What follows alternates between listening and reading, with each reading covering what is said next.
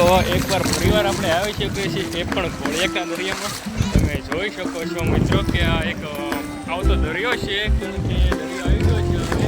અને આપણે જઈએ છીએ નિષ્કલંક મહાદેવ ઘોડિયા કે તમે જોઈ શકો છો મિત્રો કે અહીંયા કેટલી બધી ગળદી પણ છે અને આ વરસાદનો માહોલ પણ છે, કારણ કે આટલી બધી ભીડના હિસાબે આપણે ઓછો વ્લોગ બનાવશું, કારણ કે આ દરિયો પાણી આવી ગયું છે એકદમ. અને હવે તમે જોઈ શકો છો મિત્રો આ એક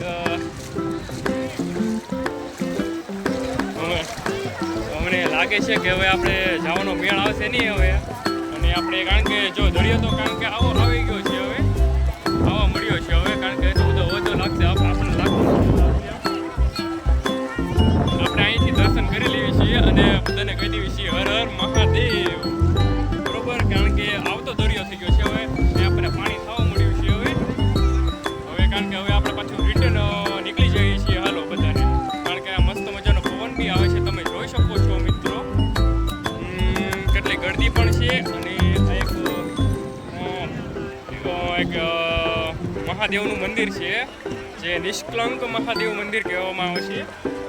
તમે જોઈ શકો છો મિત્રો પાછળ બી જો.